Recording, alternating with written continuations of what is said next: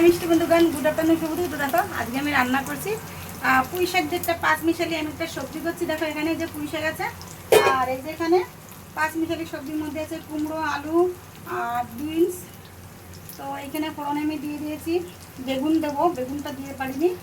আর এই যে এখানে আছে পাঁচ ফোড়ন আর তেজপাতা আর হচ্ছে শুকনো লঙ্কা।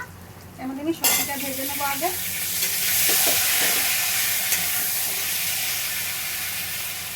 আর এখানে দেখো ভোলা মাছের করবো আমি ঝাল। ভোলা মাছের ঝাল করার জন্য এখানে কালো জিরা, তেজপাতা আর হচ্ছে গিয়ে পেঁয়াজ দিয়েছি। তার মধ্যে দিয়ে দিচ্ছি একটা টমেটো।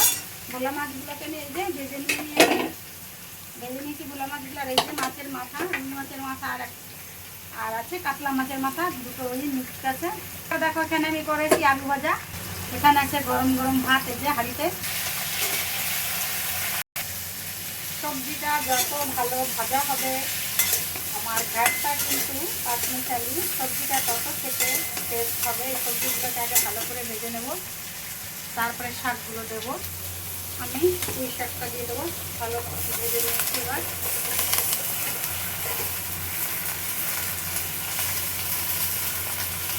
তো এই যে পোস্ত আর এক কাঁচা লঙ্কা বেটে নিয়েছি, দিয়ে দেবো এখানে মাছের ঝালের জন্য।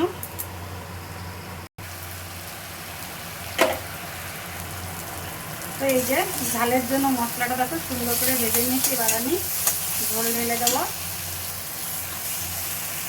দিয়ে দেবো মাছগুলো। তো সবজিগুলো আমার খুব সুন্দর ভাজা হয়ে গেছে। এবার আমি ঝোল দিয়ে দেবো।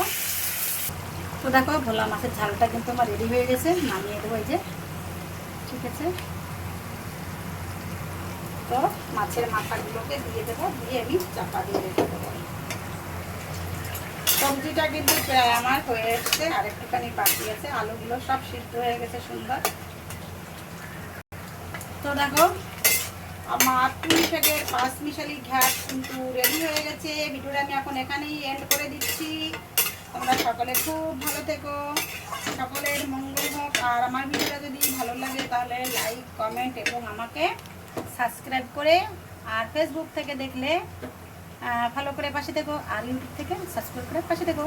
তোমাদের মঙ্গল কামনা শেষ করলাম, বাই।